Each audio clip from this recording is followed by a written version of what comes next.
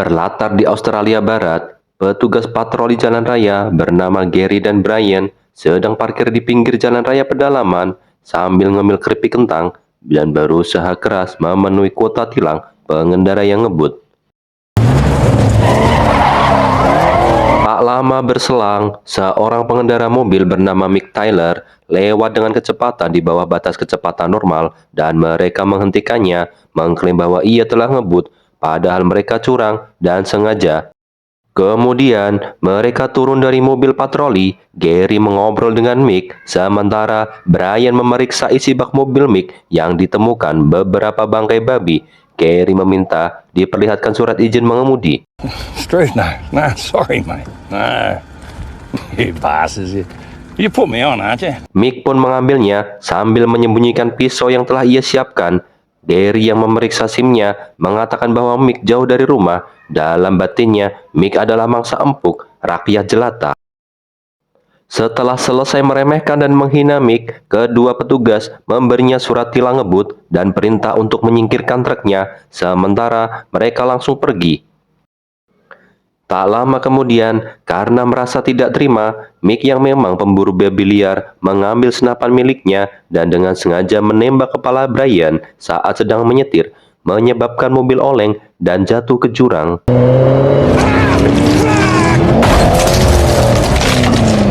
Mick pun datang dengan membawa sebiji jerigen solar subsidi dan menjumpai Brian sudah tewas mengenaskan, sementara Gary berusaha kabur tidak jauh dari mobil. Gary memohon belas kasih kepada Mick agar tidak membunuhnya, tetapi Mick tetap mematahkan kakinya, menusuknya di punggung dengan pisau, dan menempatkannya di dalam mobil, dan sebelum menyiramnya dengan bensin dan membakarnya.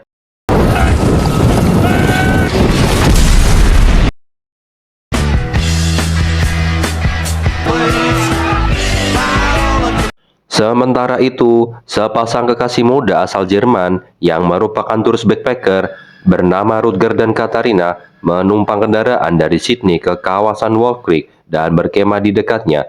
Mereka menumpang mobil yang satu dengan yang lainnya dengan sembunyian bonek.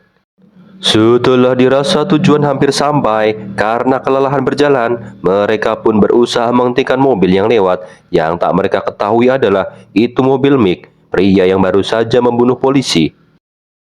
Rutger berusaha mengejar mobil Mick, tapi entah apa yang dipikirkan Mick. Begitu Rutger mendekat, Mick langsung tancap gas. Untung saja di pelagangnya ada mobil yang mau berhenti dan mereka pun naik. Karena cuaca sangat panas dan kebetulan ada danau, mereka yang bau keringat pun langsung berenang sambil menikmati alam, merasa seperti di surga. Setelah selesai mandi dan diberi tumpangan lagi, mereka pun akhirnya tiba di Wolf Creek. Mereka pun langsung berjalan mengelilingi kawasan itu sampai lubang bekas meteor, dan saking senangnya, Katarina berteriak kegirangan yang tanpa dia sadari ada pengunjung lain yang tentu saja membuat dia malu. Karena eksplorasi kawasan itu hanya dibatasi 3 jam, mereka pun lanjut berjalan kaki meninggalkan tempat tersebut. Dirasa sudah cukup berjalan dan tidak mendapatkan satupun tumpangan. Karena hari mulai petang, mereka memutuskan untuk berkemah di sana. Di tengah malam, Mick tiba di tempat perkemahan dan menawarkan tumpangan ke lokasi karavan agar mereka tidak dikenakan biaya berkemah di Taman Nasional. No, there's no signs here, so. Namun, Rutger menolak tawarannya. Mick kehilangan kesabaran dan segera menusuk Rutger dari belakang.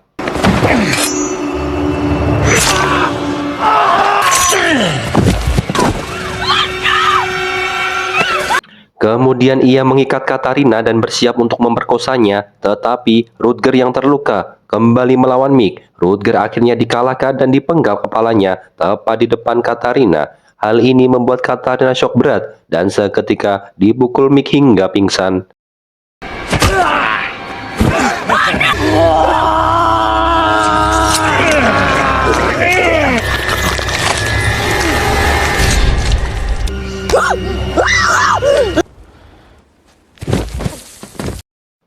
Katarina terbangun di tengah malam dan melihat Mick memotong-motong tubuh Rutger untuk diberikan kepada anjing-anjingnya. Yeah. Dogs a lot. Dia melarikan diri ke semak-semak dan Mick mengejarnya dengan truknya, menyebutnya sebagai permainan petak umpet.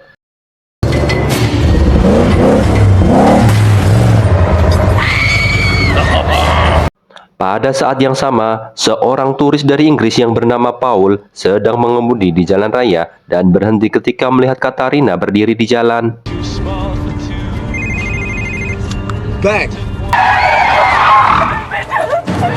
Paul yang berencana menemui pacarnya kemudian mengangkat Katarina dan mengajaknya masuk ke mobil, tetapi Mick tanpa henti mengejar mereka. Dalam aksi kejar-kejaran tersebut, Mick yang sesekali berusaha menyalip mobil Paul tampak menakut-nakuti Katarina. Tentu saja hal ini membuat Katarina semakin ketakutan dan trauma melihat wajah Mick.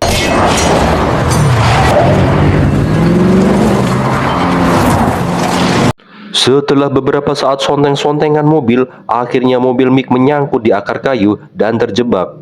Mick pun langsung menambil senapannya dan menembak Paul, tetapi secara tidak sengaja malah membunuh Katarina.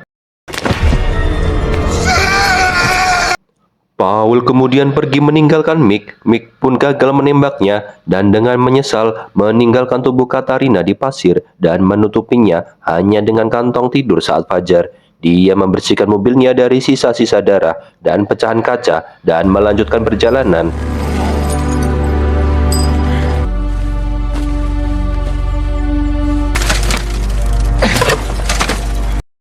Paul sampai di jalan raya dan karena belum hafal daerah tersebut, terpaksa membuka petanya. Karena menyadari bahan bakarnya hampir habis, ia mencoba menghentikan sebuah mobil, namun mobil itu tak mau berhenti dan hampir saja menabrak Paul.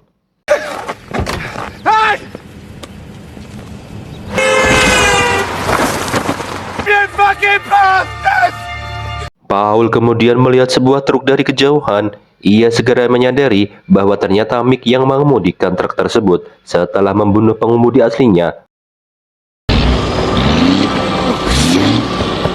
Paul pun kembali ke mobilnya dan segera tancap gas. Kejar-kejaran pun kembali terjadi, di mana Mick berhasil menyusul Paul di beberapa kali. Dirasa jenuh, Mick pun menyalakan musik dengan suara yang sangat keras, di mana hal itu membuat sekumpulan kanguru mengejar arah musik tersebut hingga menyeberangi jalan raya.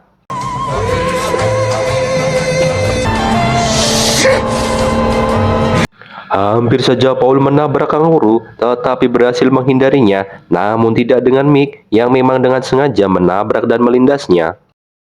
Aksi kejar-kejaran pun memasuki jalan menanjak tanpa indikator mesin mobil Paul yang hampir menandakan overheat.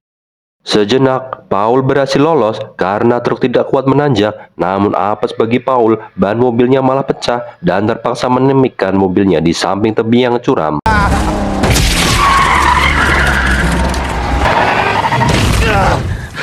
Mick yang memang psikopat gelo tanpa ampun langsung menabrak truknya ke mobil Paul hingga terjatuh ke jurang. Untungnya Paul masih hidup karena airbag mobilnya mengembang.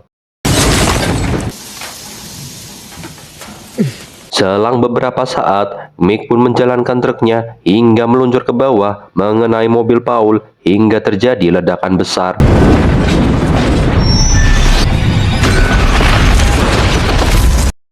Paul pun berjalan kaki melintasi pedalaman dengan berbekal sebotol air, berjalan selama berjam-jam mencari bantuan, sementara Mick terus membuntuti di belakangnya.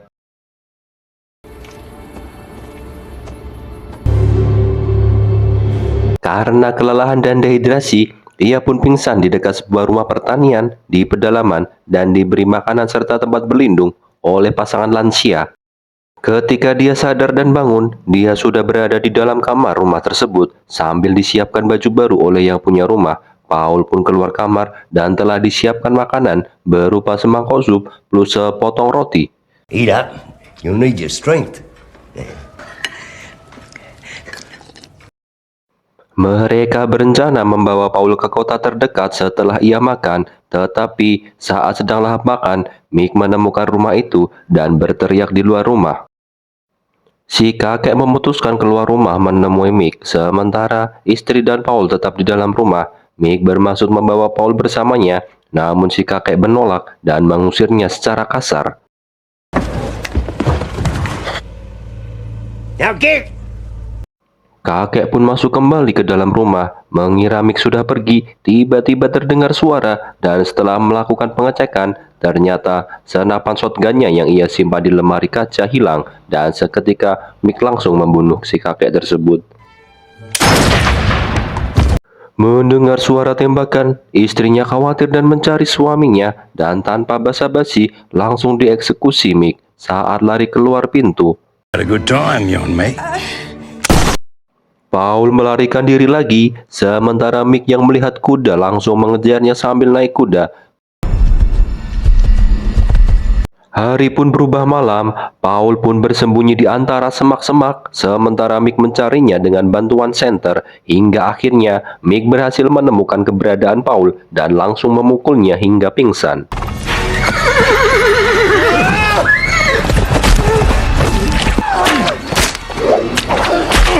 On me, eh? Paul pun terbangun di ruang bawah tanah Mick, terikat tali pengikat ke kursi, dan melihat sekitar banyak alat menyeramkan untuk menyiksa manusia. You know, just walk away. And just walk away, just like that. Mick pun menjelaskan dia sangat marah pada Paul atas perannya dalam kematian Katarina dan bersiap untuk menyiksanya, tetapi Paul menenangkannya dengan kecerdasan Inggrisnya dengan membacakan limerick dan mengajak Mick bernyanyi lagu-lagu minum yang katanya ia pelajari di sekolah asrama. Sport, tie me kangaroo down. Get Koala back, Jack, take me koala back, kangaroo down, tie me kangaroo.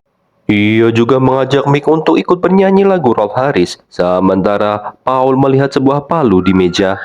Proses penyiksaan Mick terhadap Paul terdiri dari kuis 10 pertanyaan tentang budaya dan sejarah Australia dengan janji untuk membebaskannya jika ia berhasil menjawab 5 pertanyaan dengan benar. Oh, very good. Hey, the next one's a bit hard.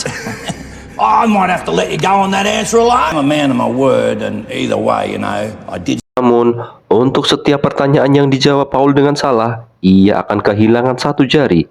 Paul menjawab 2 pertanyaan pertama dengan benar dan mengungkapkan bahwa ia adalah mahasiswa jurusan sejarah. Setelah ia menjawab pertanyaan berikutnya dengan sengaja salah, Mick kesal dengan pengetahuan Paul menggerinda salah 1 jarinya dengan gerinda. Jesus Christ, no!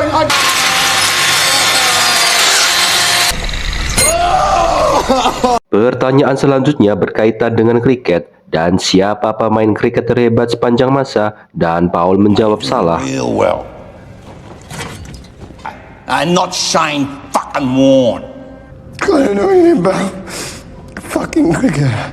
Ketika Paul sengaja memberikan jawaban yang salah, Mick memotong tangan Paul yang lain atas permintaan Paul dari ikatan kabel dan menggergaji jarinya.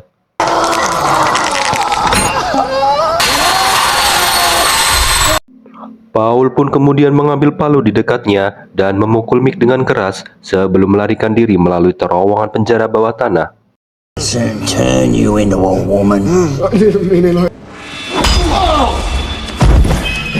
Saat proses pelarian, Paul menemukan banyak mayat yang membusuk dan seorang wanita yang sangat kurus memohon untuk dibebaskan.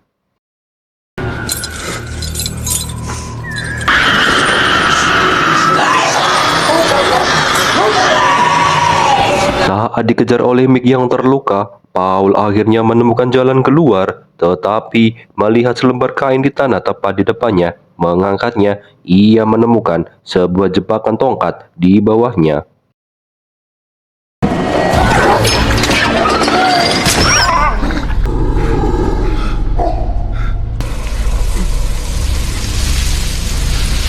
Saat ia mempertimbangkan untuk mencoba melompati jebakan itu, ia mendengar seseorang datang dan kemudian bersembunyi karena mengira itu adalah Mick. Ketika orang itu mendekat, ia menjatuhkannya ke dalam jebakan dan membunuhnya. Ternyata yang ia bunuh adalah wanita yang ia temui sebelumnya. Sesaat kemudian, Mick menemukan dan menundukkan Paul dan menanduknya hingga Paul pingsan. The winner, which makes you. Beberapa saat kemudian, saat terbangun, Paul mendapati dirinya hanya mengenakan celana dalam di jalan setapak di sebuah kota kecil dengan banyak luka memar di sekujur tubuhnya. Paul menemukan catatan tulisan tangan di dekatnya yang bertuliskan pecundang sebelum ditemukan oleh dua petugas polisi. Dan film pun berakhir dengan Mick berjalan ke pedalaman dengan memakai senapannya. Pesan yang dapat diambil dari film ini adalah berhati-hatilah jika berkunjung ke negara orang karena bisa saja kamu ketemu dengan psikopat gila. Salam.